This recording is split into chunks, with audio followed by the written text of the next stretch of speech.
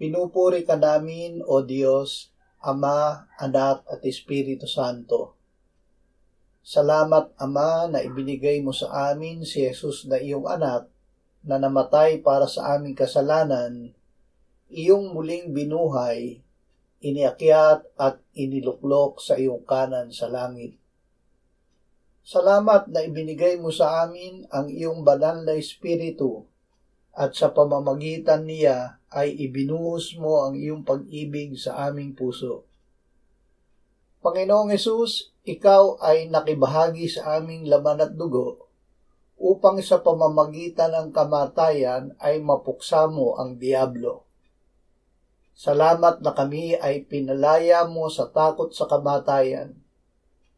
Kami ay kasama mo na napako sa krus. Hindi na kami ang nabubuhay kundi ikaw. Ang buhay na ipamumuhay namin ngayon sa laman ay ipamumuhay namin sa pananampalataya sa iyo na umibig sa amin at nagbigay ng iyong buhay para sa amin. Amen.